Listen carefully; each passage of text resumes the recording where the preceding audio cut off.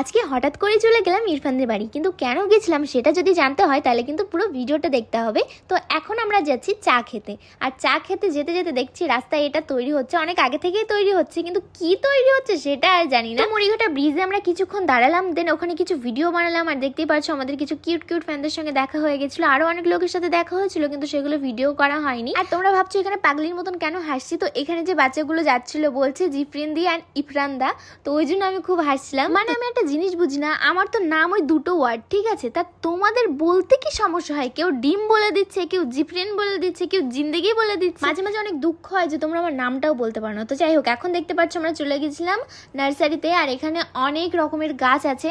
তো আমরা গেছিলাম কারি পাতা গাছের জন্য, কিন্তু ওটাই তো পেলাম না। তো যাই হোক, বললো যে সামনের সপ্তাহে পেয়ে যাবে, তো তোমরা তখন আসো, তখনই যাবো, কোনো ব্যাপার না। তো এখন আমরা এসেছি পাটশিমুলাতে চা খেতে। আর একটা জিনিস আমি বুঝে পাই না, এরা চা খেতে আসে না শরবত খেতে আসে? ভাই গ্লাসটা দেখো।